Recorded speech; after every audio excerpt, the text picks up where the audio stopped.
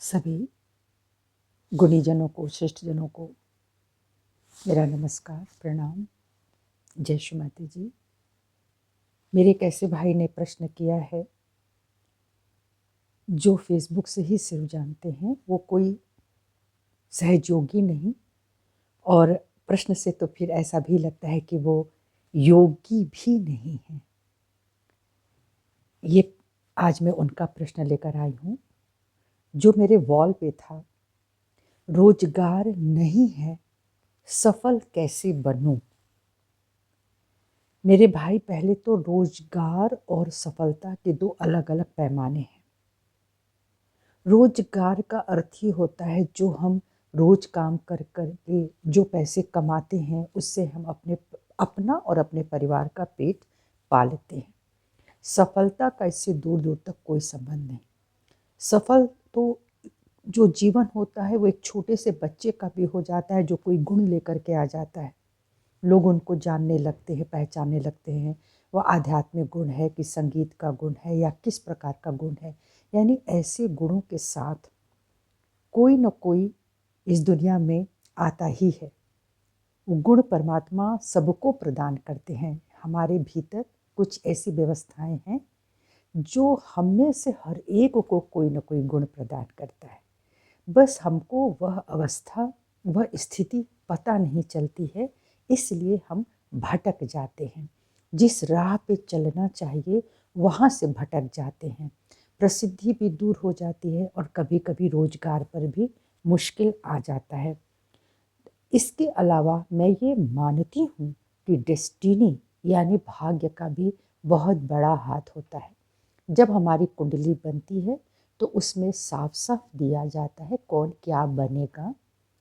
लेकिन मैंने ये महसूस किया है कि जब आपकी कुंडलिनी का जागरण होता है तब आपकी दिशाएं दशाएं बदलने लगती हैं। या आप ऐसा सोचिए कि जब तक आप एक तैराक नहीं थे तो कितनी मुश्किल से हाथ पैर मारते थे। जब आप कुशल तैराक बन जाते हैं तो बहुत ही आसानी से एक नदी को पार कर जाते हैं। उसी प्रकार से ये रोजगार भी है। आप क्या करना चाहते हैं उसी हिसाब से आप अपने लाइफ में प्रिपरेशन करते हैं। मुझे लगता है कई बार यह पता ही नहीं चलता है कि वास्तव में मुझे करना क्या चाहिए था। जैसे कि मैं ये देखती हूँ कि एक घर में एक बच्चा होता है, वो जैसे जैसे बड़ा होता है उसके साथ हमारे परिवारजनों की जो एक्सपेक्टेशन होती है वो उससे जुड़ जाती है। तुमको ये करना चाहिए, तुमको वो बनना है, नहीं मेरा बेटा ये बनेगा, चाहे बेटी ये बनेगी, या जो भी है, हमारे बड़े हैं, बुजुर्ग हैं, जो भी हैं, सबकी अपनी अपनी कुछ अधूरी कामनाएं होती हैं जिसमें वो अपने बच्चे को, जो आने वाली जनरेशन है, वैसा कर कर देखना चाहते, वैसा ही बनाना चाहते हैं। हो सकता है कि वो बच्चा वैसा बनना नहीं चाहता। अगर एक बच्चा सिर्फ टीचर ही बनना चाहता है, अगर एक छोटा बच्चा, छोटी क्लास का बच्चा ये कह देता है कि वो टीचर बनेगा तो शायद बहुत सारे लोग पहले हंसते थे। या वो ये कह दे वो एक कलाकार बनेगा तो भी लोग हंसते थे। आज थोड़ा पैमाना बदल गया है। आज इतने अच्छे अच्छे शिक्षक या कोचिंग इंस्टीट्यूट चलाने वाले गुरु हो गए हैं कि लोग उनसे इम्प्रेस्ड हो गए। कब इम्प्रेस्ड हुए? जब वो पैसा कमाने लगे, बहुत पैसा कमाने लगे। लेकिन उसके भीतर गुण क्या था ये वो नहीं देखेंगे। लेकिन हमारा बच्चा सिर्फ आईएएस बनेगा, ये बनेगा, वो बनेगा में हमारे बहुत सारे जो रोजगार की एक व्यवस्था होती है वो टूट जाती है, छूट जाती है बच्चों के हाथ से, जो हमारे जो यंग जनरेशन है। तो कहने का ये अर्थ है कि आज जो लोग बेरोजगार हैं उन पर किस्मत की मार भी है, उन पर अपने पहले पूर्व संस्कारों की भी मार है। क्या कि हम ये नहीं करेंगे, या हमारा जैसा घर था, परिवार था, उसमें हम ये चीज़ें नहीं कर सकते हैं क्योंकि हमारे परिवार ने कभी किया नहीं। मुश्किल तो आएगी क्योंकि आपकी आर्थिक स्थिति सही नहीं है। मुझे ऐसा लगता है, आपने पूछा है तो मैं यही कहूँगी कि पहले अपने जीवन को आध्यात्मिक रूप से परमात्मा के हवाले कर दीजिए। बिना उनके हवाले किए कुछ नहीं होगा।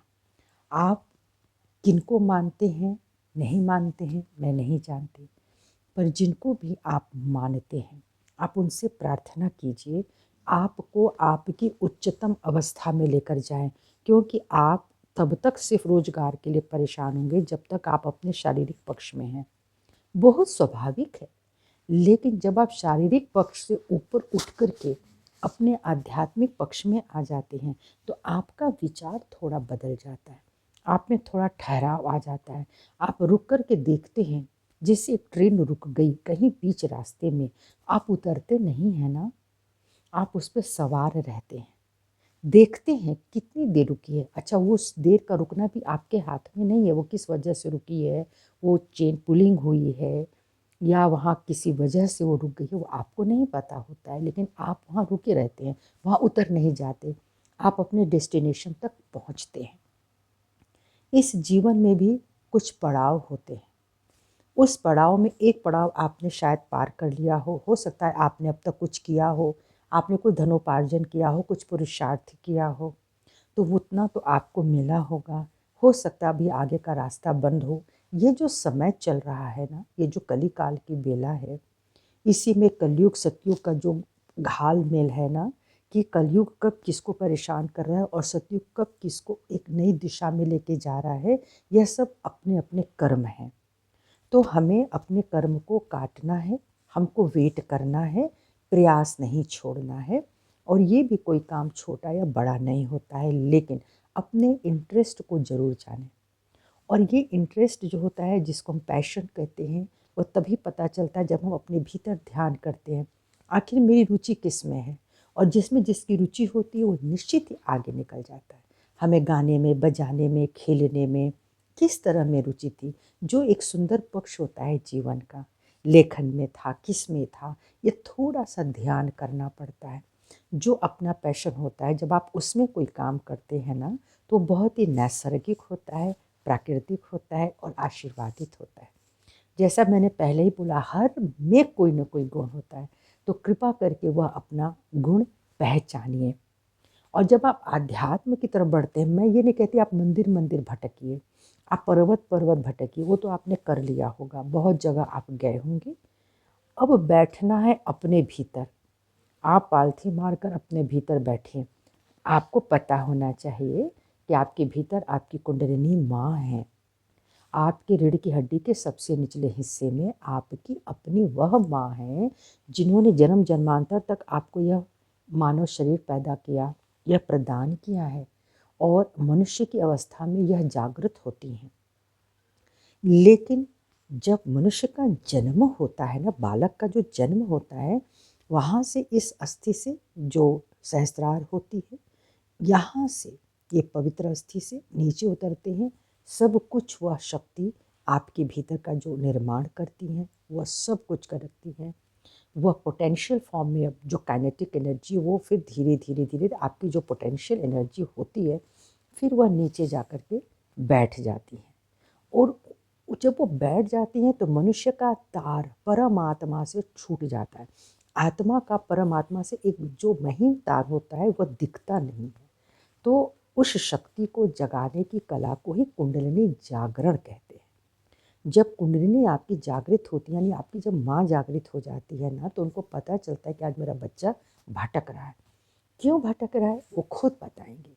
जब आप शांत होकर के बैठेंगे, वहाँ पे ध्यान लगाएंगे, थोड़ी देर चुपचाप बैठें, हलचल करने से तो कोई फ़ायदा होना नहीं है, परेशान होने से कोई फ़ायदा होना नहीं है। आपको जो करना है आप करिए, आप अपनी इस फिज़िकल फॉर्म से आपको जो करना है आप करिए। लेकिन थोड़ी देर जब आप शांति में बैठेंगे तो आप परमात्मा से बात कर सकते हैं, आप अपनी कुंडली माँ से बात कर सकते हैं, आप कनेक्टिविटी ले लीजिए, कनेक्शन मिलता है। आप वहाँ बैठ के पूछ सकते हैं, माँ मेरी दिशा क्या होनी चाहिए। जो कुछ भी मेरे कर्म थे, मुझे बहुत अच्छे से अचानक नीचे गिर जाना पड़ता है। बड़ी बड़ी कंपनियां देखिए, हाईटेक कंपनियां बंद हो रही हैं, लोग बेरोजगार हो रहे हैं, झटके से ये हो रहा है। तो ये समय है, ये जो कली काल की बेला है उसमें ऐसा होना है, इसलिए ये हो रहा है। अचानक भूकंप आएगा, न जाने कितने घर गिर जाएंगे, न जाने कितने लोग चले जाएंगे। हमारा आपका उस पर कोई भी वश नहीं है। तो हमें अब अपना प्रयास अपने भीतर से स्टार्ट करना पड़ेगा। जो पहले ऋषि मुनि करते थे ना, वो भी तो जीते थे। किस प्रकार जी जाते थे? तो वो अपने ध्यान से, जो अंतर ध्यान होता है, उससे वह शक्ति प्राप्त होती थी। जो भी वो क्रियाएं करते थे, वो युद्ध भी करते थे, वह फसल भी बोते काटते थे, वह कुछ भी करते थे, लेकिन वह जीते थे, तभी ये वंश परंपरा आगे बढ़ी। इसी तरह से हमको भी अब ध्यान लगाने का समय आ गया है कि हम लोग अध्यात्म माने आत्मा के अध्ययन की तरफ बढ़ें और वहाँ पे ध्यान लगा करके थोड़ी देर अपने आप से पूछें, अपनी आत्मा से पूछें, अपनी कुंडलिनी माँ से पूछें, प्रार्थना करके पूछें कि हमें आगे क्या करना चाहिए, कृपा करके बताएं। जब आप धीरे धीरे रोज ये प्रश्न डालेंगे ना अपने भीतर, तो तुरंत वह माँ एक्टिवेट होती हैं और आपको जवाब देती हैं। हर मनुष्य अपना गुरु स्वयं होता है, बस उसको अपनी गुरुत्व, जो उसकी जो तत्व होता है गुरु तत्व, उसको मतलब समझ में नहीं आता कहाँ है, किस प्रकार है, वह मैग्नेटिज्म कैसे बनता है। तो बहुत सारे इसके कारण हैं, उसका एक अलग विषय हो सकता है। लेकिन अभी तो मैं यही कहूँगी कि आप निराश मत होइए। आप अपने जो भीतर में जो बाह्य कुल देवता हैं, आप उनसे पूछ सकते हैं। अब देखें कि वो कौन हैं। जो वो हैं उनके तत्व को अपने भीतर लीजिए। अगर वो शिव जी हैं तो आप शिवत्व को अपने भीतर लेकर पूछिए, आत्म तत्व से बात कीजिए कि मैं ये मन बुद्धि शरीर अहंकार ये नहीं हूँ, ये तो कभी भी खटाक से खत्म कर दिया जाएगा। एक भूकंप, एक धरती का उलटना काफ़ी हो जाएगा। लेकिन जब जो मैं हूँ अभी, वह मैं आत्मा। तो जब आप अपने आत्मा पे धीरे धीरे धीरे ध्यान लगाना शुरू करेंगे ना, जहाँ पे धड़कन लपटप है, वह आत्मशक्ति आपके पूरे हृदय को घेरना शुरू करती है। उसका एक परिमल बनता है। वह परिमल आपके नाभि तक भी जा रहा है, जहाँ समाधान मिलता है, और ये आपके ऊपर तक भी आ रहा है। यह सब कुछ चक्रों का खेल है, ऊर्जा केंद्र का खेल है। इसको आपको समझना पड़ेगा। लेकिन अभी मैं आपसे इतना ही कह सकती हूँ कि आप अपनी कुंडलिनी माँ से आप जान लीजिए कि आपकी कुंडलिनी माँ है। उन्हें ब्रह्मरंध्र तक लाने की कला सहयोग में है। आप उसको सीखें, आप कुछ भी सीखें, लेकिन अपनी आत्मा से प्राप्त बात करना सीख लीजिए। वही आपका मार्गदर्शन करेगी। वो माँ है, वह कुंडलिनी माँ है, वह त्रिगुणात्मिका है, वह बहुत शक्तिशालिनी है। वही जब हमारे हृदय चक्र पे आती हैं तो जगत जननी जगदम्बिका है। आप इन्हें किन्हीं भी नाम से पुकार लीजिए, लेकिन आप उनसे बात करने की कला सीखिए और पूछिए मुझे क्या करना है। थोड़ा ठहर जाइए, ट्रेन रुकी हुई है। आप जब ठहरेंगे, धीरे धीरे वो ट्रेन गति लेगी। वह आपको बताएगी कि आपका डेस्टिनेशन ये है, आप यहाँ तक जा सकते हैं। आप इसी बीच अपने पैशन को धीरे धीरे खंगालिए, उसको उकेरिए, उसको देखिए कि आप क्या कर सकते हैं। देखिए, मैं आपको एक घटना बताती हूँ। हम लोग जो सहयोगी हैं, सहयोग करते हैं और परम पूजनीय श्री माता जी निर्मला देवी को इसलिए मानते हैं कि उन्होंने कुंडलिनी का जागरण बहुत ही साधारण तरीके से अपने कटाक्ष से कर दिया है। आज चूँकि हमने प्राप्त किया है तो हम जानते हैं। अगर मेरे पास हीरे की खान है तो दुनिया को कैसे पता चलेगा? वह मुझे ही पता है ना। और उस खान से निकाल निकाल कर देने की कला है।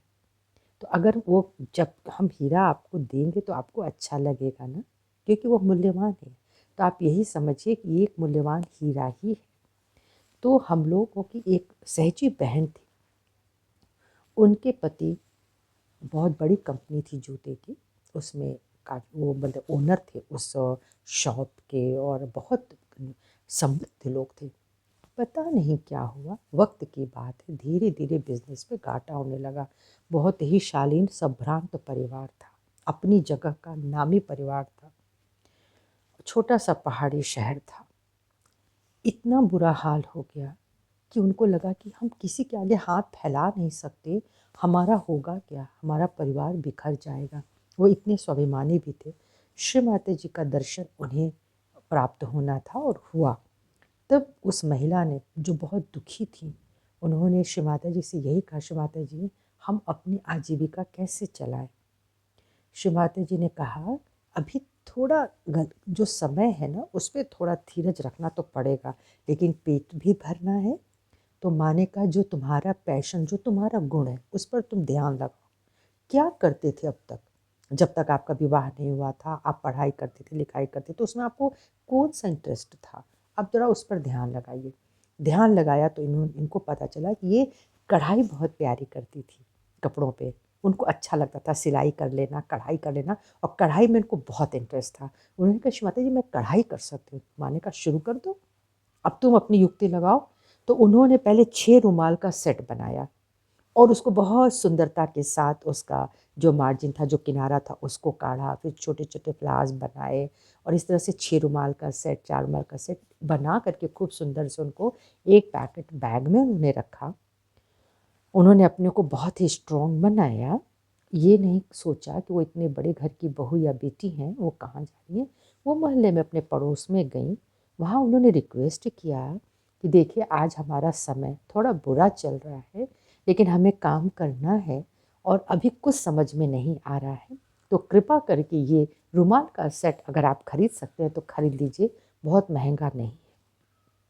वो निहायत खूबसूरत हाथ के बने हुए रुमाल थे, उनको इतना पसंद आ गया, उन्होंने कई सेट के ऑर्डर दे दिए और अब वो एक से दूसरे से जैसी-जैसी उनकी क्षमता थी, उसी तरह से वो रात-रात भर जग कर के काम, क्योंकि उनको अच्छा लगने लगा। एक तो उनका शौक, दूसरा ये पैसा आने लगा और बहुत मेहनत का था।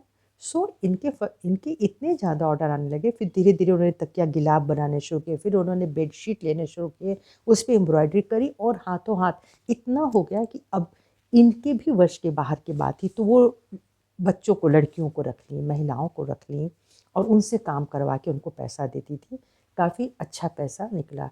कुछ ही साल तक ये चला है कि उनके हस्बैंड को पुनः वो जो भी उनके ऊपर कुछ भी प्रॉब्लम आई थी वह दूर हुआ, उनका दुकान वापस रोशन हो गया, उसमें रौनक आ गई, उसमें सामान आ गया और जब हम लोगों ने देखा तो एक बहुत ही अच्छी दुकान देखी, लेकिन इसके पीछे की कहानी, जब हम लोग उनके यहाँ गए थे तो उन्होंने हम सबको एक-एक रुमाल भेंट किया था।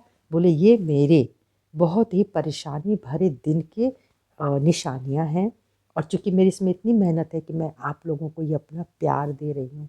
और हम सब इतने खुश हुए थे उसको देखकर, क्या नफ़ासत, क्या नज़ाकत थी उस कढ़ाई में।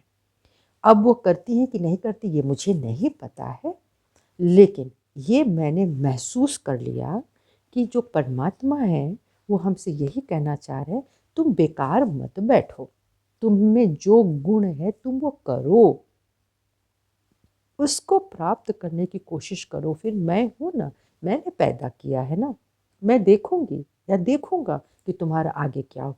अपना चरित्र, अपना व्यवहार देखते रहना, चरित्र का हनन मत होने देना, किसी व्यवहार को गलत मत होने देना, किसी से आपको जलने की आवश्यकता नहीं है, क्योंकि ये ईर्ष्या करके भी मनुष्य देख लिया कि उसका कोई फ़ायदा नहीं है।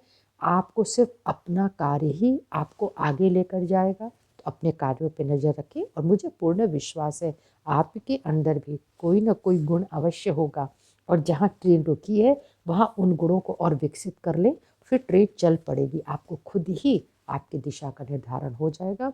लेकिन ध्यान करना बहुत ज़रूरी है। ध्यान का मतलब है आप चुपचाप बिना कुछ विचारे अपनी आत्मा पर, अपनी कुंडलिनी पर, अपने तालु भाग पे जो आपका सहस्त्रार है, उस पर आप थोड़ी देर ध्यान लगा के बैठे, आपको परम शक्ति भी मिलेगी, परमात्मा की शक्ति, परमात्मा का सानिध्य, उनका सामीप्य, उनका सालोक्य, आपको सब मिलेगा। दूसरा कहीं कुछ है ही नहीं, ये पूरा वातावरण भी परमात्मा का है, आपके भीतर भी सब कुछ परमात्मा का है। दोनों का एक संबंध होने दीजिए, जैसे ही ये संबंध होता है आपको आपकी शक्ति प्राप्त हो जाएगी। सो भाई, थोड़ा सा धीरज और अपना पैशन, अपनी मेहनत, वो कभी जाया मत कीजिएगा, वो कभी बेकार जाते भी नहीं है। तब तक दूसरों की सहायता करें, खुश रहें और खुश रखने की भी कला सीख लें। मेरा बहुत बहुत अभिवादन। जय श्री माता जी।